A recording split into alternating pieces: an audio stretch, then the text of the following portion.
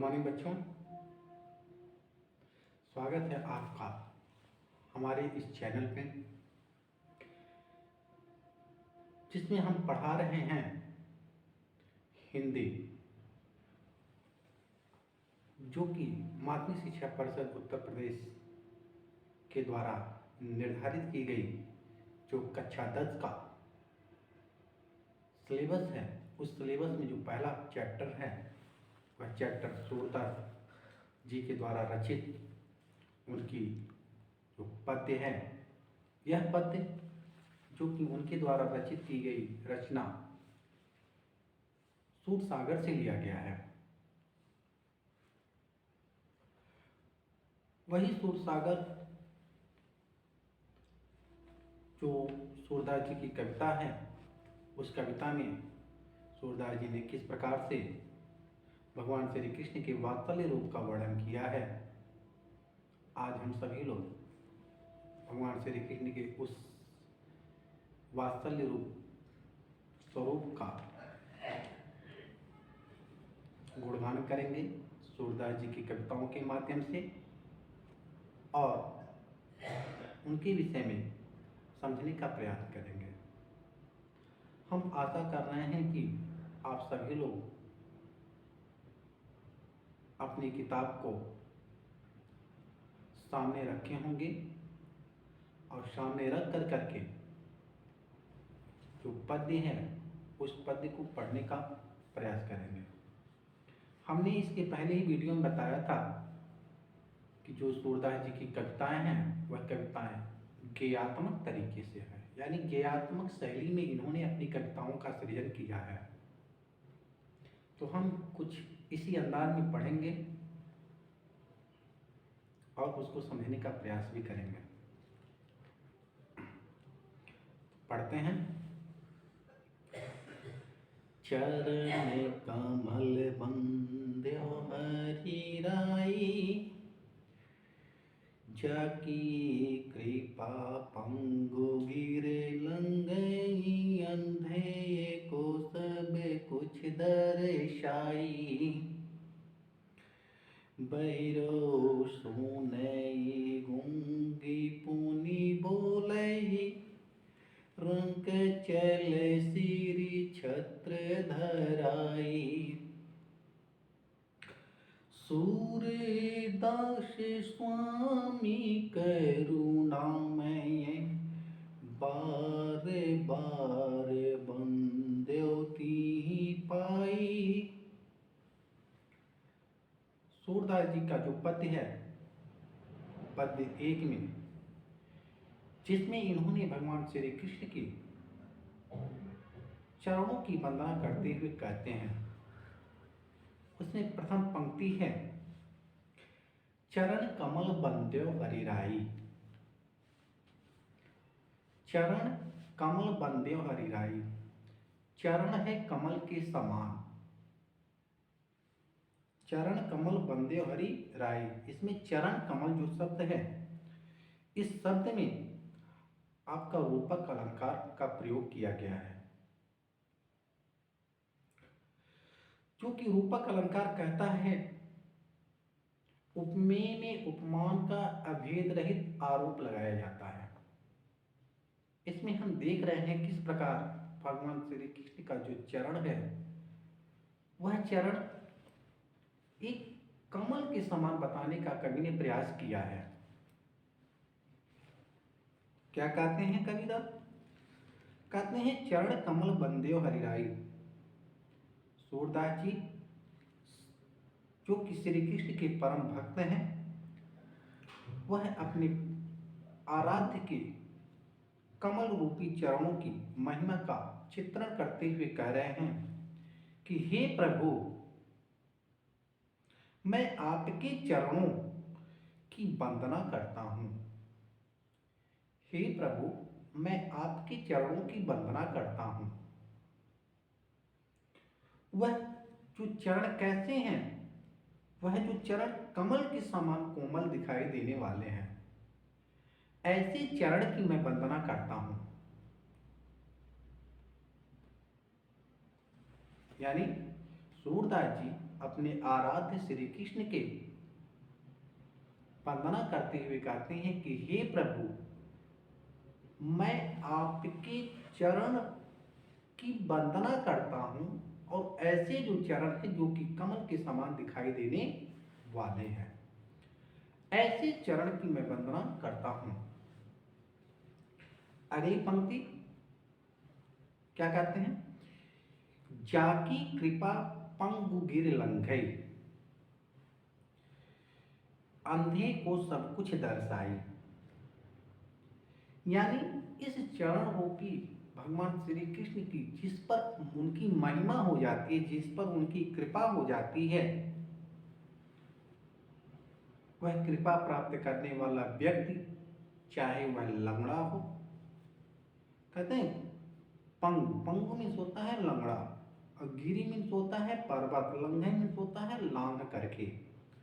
यानी आपके चरणों की जो महिमा है, ये जिस व्यक्ति के ऊपर पड़ जाता है, यदि वह व्यक्ति लंगड़ा भी होता है, चलने में असमर्थ भी होता है, तो वह व्यक्ति भी बड़े बड़े पर्वत को लांघ सकता है, बड़े बड़े पर्वत को पार कर सकता है।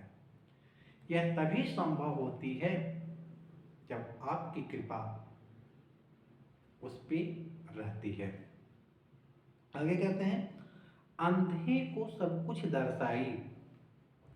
इतना ही नहीं, अंधे व्यक्ति को सब कुछ दिखाई देने लगता है।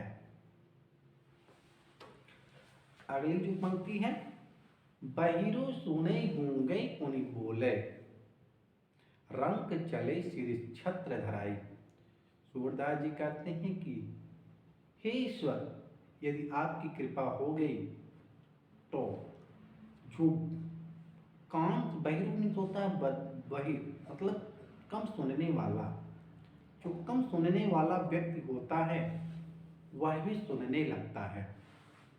गूंगे उन बोले, और गूंगा व्यक्ति भी आपकी कृपा मात्र हो जाने से वह भी बोलने लगता है।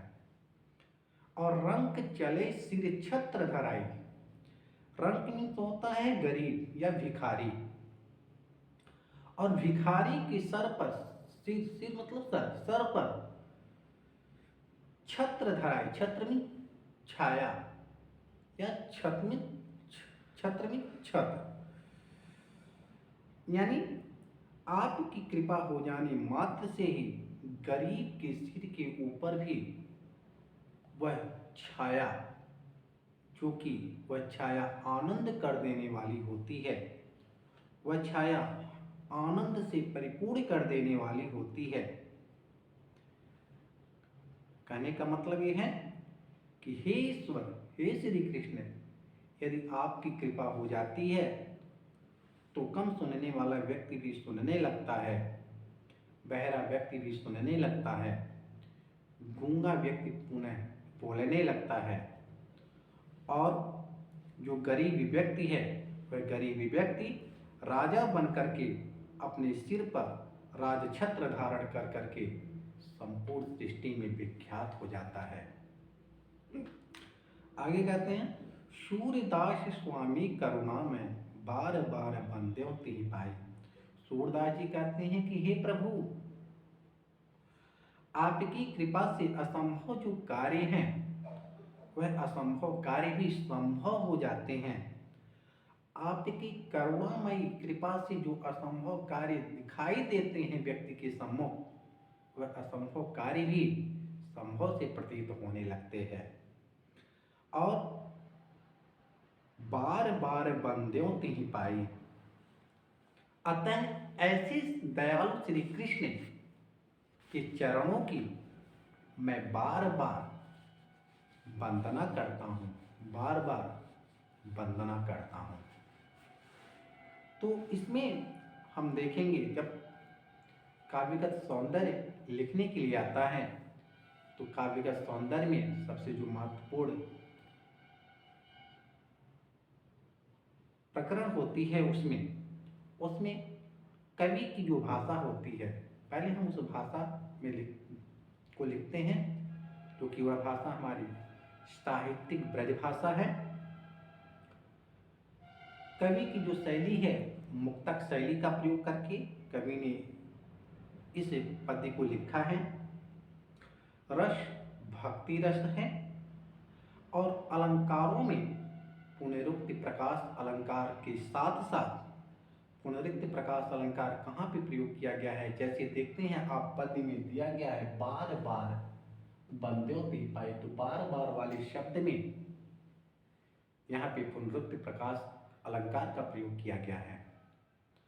और इतना ही नहीं, सूर्यदास स्वामी करुणा में यानी सूर्यदास स्वामी शब्द में यहाँ पे अनुप्रास अलंकार का भी प्रयोग किया गया है। इसके साथ ही साथ चरण कमल वाले शब्द में रूपक अलंकार का प्रयोग किया गया है। हम आशा करते हैं कि आपको समझ में आ रहा होगा। तो हम सूरदास जी के अगले पद्य की तरफ चलते हैं। यदि आपको वीडियो पसंद आ रहा है तो उसे लाइक और सब्सक्राइब जरूर करिएगा।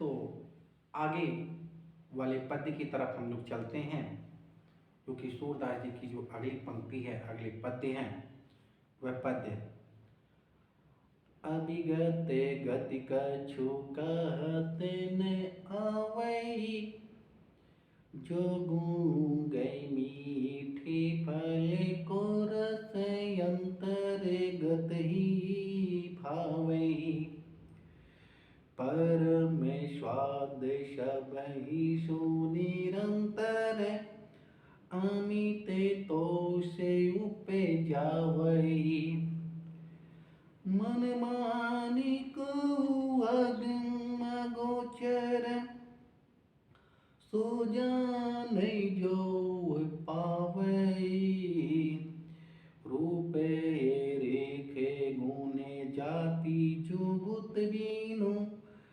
निरावलंब कीर्ति धावई, सब विधि अगम विचार ही तातई, सुरेश गुण पद गावई। एक बार और पढ़ते हैं। अविगत गति कछु कहते न आवई, जो गुण गए मीठे फल को रस अंतर्गत ही भावई, पर में स्वाद सबहि सो निरंतर, अमित तो से उपजावई, मन बानी कहु अगम अगोचर, सो जाने जो पावई, रूप रेखे गुण जाति जुगुत बीनु, निरालंब कीर्ति धावई, सब विधि अगम विचार ही तातय, सुरेश गुण पद पावई। तो हाँ, तो बच्चों, यह जो सूरदास जी का दूसरा पद्य है, इस पद्य में सूरदास जी ने श्री कृष्ण के कमल रूपी जो सगुण रूप के प्रति जो अपनी भक्ति भावना को बताने का जो प्रयास किया है, उसी भक्ति भावना से ओतप्रोत होकर के सूरदास जी ने श्री कृष्ण की वंदना करते हुए कहते हैं, उनकी आराधना करते हुए कहते हैं कि किस प्रकार निर्गुण ब्रह्म की उपासना करना आसान होता है।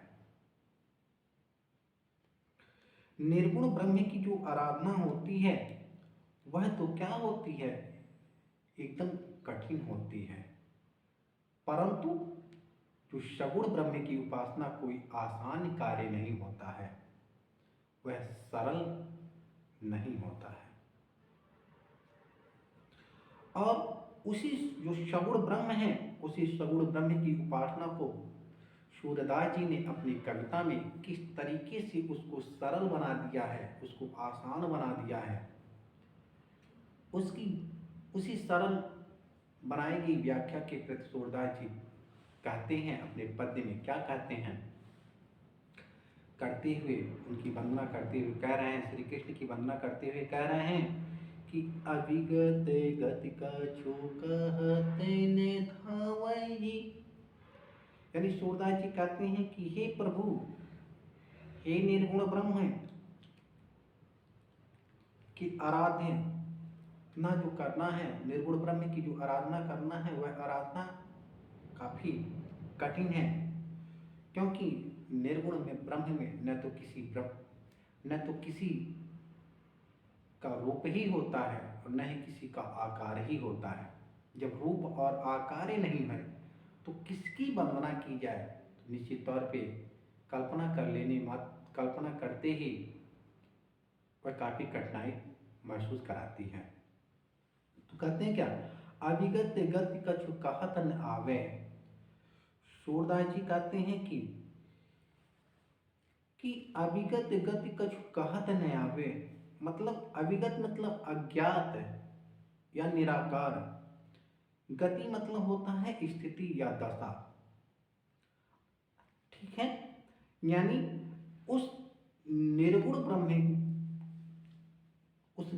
ब्रह्म का जो आकार है वह कैसा है? अज्ञात है। वह साकार नहीं है, बल्कि कहता है निराकार है। गति में स्थिति, सूरदास जी की यहाँ पे ऐसी स्थिति हो गई है कि उस निराकार स्वरूप का वर्णन करने के लिए उनके पास कुछ कहत न आवे, कुछ कहने के लिए, कुछ उनकी व्याख्या करने के लिए उनके पास कोई शब्द नहीं होते हैं। अर्थात उनकी व्याख्या करना सूरदास जी के लिए भी कठिन होता है। उनकी समझ में नहीं आता है किस प्रकार से वह श्री कृष्ण के इस निर्गुण रूप का वर्णन करें। उनकी स्थिति इस प्रकार हो गई है कि वह समझ ही नहीं पा रहे हैं, वह कुछ सोच ही नहीं पा रहे हैं कि इस निर्गुण ब्रह्म की उपासना किस प्रकार की जाए। क्यों?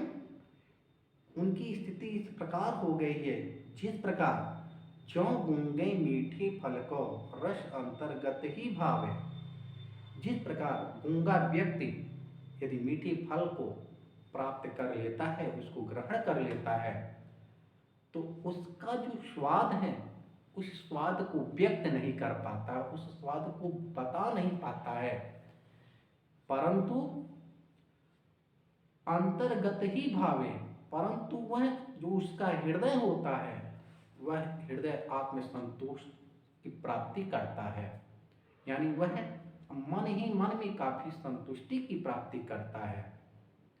किंतु वह कैसा है, कौन सी आकार का है, कैसा वह लगता है, इसके विषय में वह स्पष्ट रूप से कह नहीं पाता है। ठीक उसी प्रकार ही सूरदास जी की भी स्थिति हो गई है।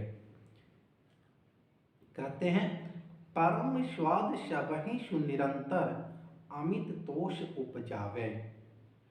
परम स्वाद सबहि सुनिरंतर, यानी उस मीठे फल का स्वाद कर लेने मात्र से ही वह निरंतर लगातार परम स्वाद मतलब परम संतुष्टि के भाव उसके मन में हमेशा जागृत होते रहते हैं। किंतु उसकी स्थिति ऐसी है कि वह गूंगा व्यक्ति अपने मन के भावों को व्यक्त नहीं कर पाता है। ठीक उसी प्रकार सूरदास जी भी हो गए हैं कि वह अपने आराध्य की इस प्रकार वंदना करते हैं, इस प्रकार उनको चाहते हैं, चाह लेने मात्र से ही उनके पास कोई शब्दों का भंडार नहीं होता है कि उस शब्द को भंडार के द्वारा ही उनकी कोई व्याख्या कर सके, उनके कोई स्वरूप का वर्णन कर सके। उसके विषय में उनका वर्णन करना कितना कठिन हो रहा है, परंतु जो भाव है उस भाव को वह मन ही मन में किस प्रकार महसूस कर रहे हैं और महसूस कर करके आत्मसंतुष्टि की परिकल्पना कर रहे हैं। आगे कहते हैं मन बानी को अगम अगोचर सो जाने जो पावे। मन मतलब हृदय, ठीक। मन बानी को अगम अगोचर सो जाने जो पावे। यानी अगोचर मीन्स होता है इंद्रियों की गति से परे। अगम मीन्स होता है जहां पहुंचना कठिन हो। अगम, अगम मीन्स जहां पहुंचना कठिन हो, वहां जाना दुष्कर हो।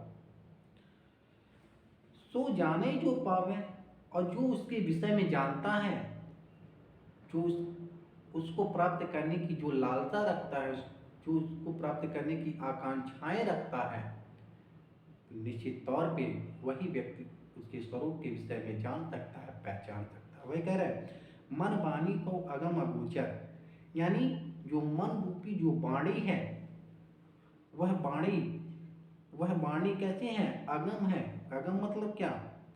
जहाँ पे कोई पहुंच ही नहीं सकता है, यानी जहाँ पहुंचना काफी कठिन है, यानी जिसके विषय में वर्णन करना काफी कठिन होता है। क्यों? क्योंकि वह अगोचर है, यानी उसकी जो इंद्रियां हैं वह इंद्रियां उसके वश में नहीं है, और इंद्रियां जब वश में नहीं है तो निश्चित तौर पे वह इधर उधर भ्रमण करता है, और भ्रमण कर लेने मात्र से ही वह परम ईश्वर को प्राप्त नहीं कर पाता है। और जो अपने इंद्रियों को वश में कर लेता है, वह अगम दिखाई देने वाला, अस्थिर दिखाई देने वाला जो रास्ता है, उस रास्ते पे भी वह व्यक्ति चल कर करके अपने लक्ष्य की, अपने आराध्य की प्राप्ति कर लेता है। तो वही कहते हैं सो जाने जो पावे, वह उसके विषय में वही जान सकता है जो उसको प्राप्त करने के लिए निरंतर प्रयासरत रहता है। सूरदास जी कहते हैं कि रूप रेख गुण जाति जुगुत बिन निरालंबित धावे। यानी सूरदास जी क्या कर रहे हैं? रूप रेख गुण जाति जुगुत बिन, यानी उस अगम ब्रह्म की उपासना करना जो कि मौखिक रूप से उसको प्रकट नहीं किया जा सकता है, यद्यपि उसके जो रूप हैं, उसके यानी जो वह ब्रह्म है जिसका न तो कोई आकृति है, न ही कोई रूपरेखा है, और न ही कोई उसका गुण है, और न ही उसकी कोई जाति ही है जिसके द्वारा वह पहचाना जा सके। बिनु निरालंबित धावे, निरालंब बिना किसी आधार के, जिसका कोई आलंबन नहीं, निरालंब है, बिना कोई किसी आधार का है, तो कित धावे, कित मतलब कैसे, धावे मतलब उसको धारण कर सकता है, कैसे कोई व्यक्ति उसको पहचान सकता है, किस आधार पे उसको प्राप्त किया जा सकता है। एक बार और देखते हैं। सूरदास जी कहते हैं कि ऐसे ईश्वर का जो कि मौखिक रूप से उसकी विशेषताओं के विषय में नहीं बताया जा सकता है। क्यों? क्योंकि न तो उसका कोई आकार ही है, न तो उसका कोई रूप ही है, और न ही उसकी कोई जाति है जिसके विषय में लोग जानते हों,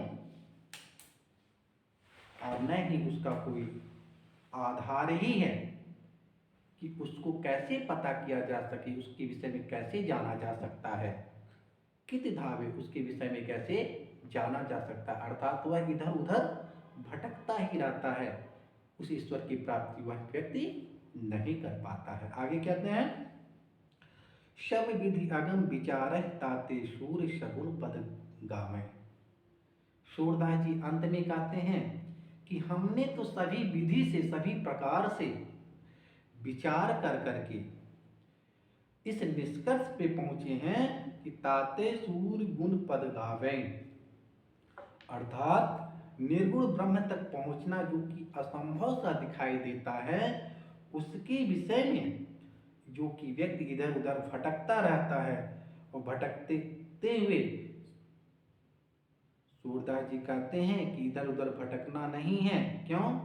क्योंकि ताते सूर सगुण पद पावे, यानी जो सगुण, सगुण मतलब सगुण, सगुण रूप में दिखाई देने वाला जो हमारा आराध्य है, अर्थात जो हमारे श्री कृष्ण है, उस श्री कृष्ण के लीला के पद का गान अधिक ही उचित समझा जा सकता है, उसको अधिक ही उचित माना जा सकता है। यानी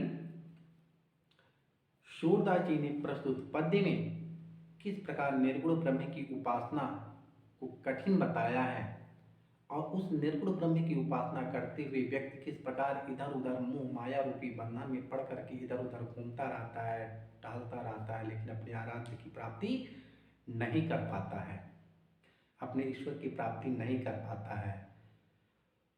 तो ऐसे व्यक्ति के विषय में सूरदास जी कहते हैं कि आप इधर उधर मत भटकिए। आपकी जो आराध्य है, जो कि साकार ब्रह्म है, जो कि उसका रूप रंग आकार जो कि हमको दिखाई देता है, उसी ब्रह्म की उपासना करिए, क्योंकि वही हमारे सामने दिखाई दे रहा है और जो दिखाई देता है वही सत्य होता है और हमेशा सत्य की ही उपासना करनी चाहिए। तो प्रस्तुत पद्य में जो कवि ने भाषा का प्रयोग किया है वह भाषा हमारा साहित्यिक ब्रज भाषा है, छंद गीतात्मक छंद है। अलंकार की बात करते हैं तो अलंकार अगम अगोचर जो शब्द है, उस अगम अगोचर शब्द में अनुप्रास अलंकार का प्रयोग किया गया है। यहाँ पे दृष्टांत अलंकार भी देखने को मिलता है। दृष्टांत अलंकार जो गूंगे मीठे फल को, यानी जो गूंगा व्यक्ति होता है वह मीठे फल के स्वाद को कैसे व्यक्त कर पाता है। तो यहाँ पे गूंगा और जो मीठा फल है वह एक दूसरे के पूरक हैं, इस नाते यहाँ पे दृष्टांत अलंकार का भी प्रयोग बताया गया है। अर्थात मीठे फल के माध्यम से मानव के हृदय में जो भाव उत्पन्न होते हैं उस भाव को प्रकट करने का भरपूर कोशिश किया गया है, इस नाते यहाँ पे दृष्टांत अलंकार है। तो हम आशा करते हैं कि यह वीडियो आपको अच्छा लग रहा होगा और सूरदास जी का जो तीसरा पद है, हम तीसरे पद की तरफ बढ़ते हैं। तीसरा पद कहता है, हाँ तो बच्चों जो अगला पद है सूरदास जी का जो तीसरा पद है, उस सूरदास जी के तीसरे पद को हम अगले वीडियो में पढ़ते हैं। और यदि आपको यह वीडियो पसंद आया है तो इसको लाइक जरूर करें और निश्चित तौर पे इसमें जो भी कोई कुछ समझ में नहीं आ रहा होगा तो उस चीज़ को आप हमारे कमेंट बॉक्स में कमेंट के माध्यम से हम तक पहुंचा सकते हैं और हम कोशिश करेंगे कि आपकी उस समस्यात्मक प्रश्न का उत्तर दे सकें। तो हम मिलते हैं अगले वीडियो में, तब तक के लिए जय हिंद जय भारत।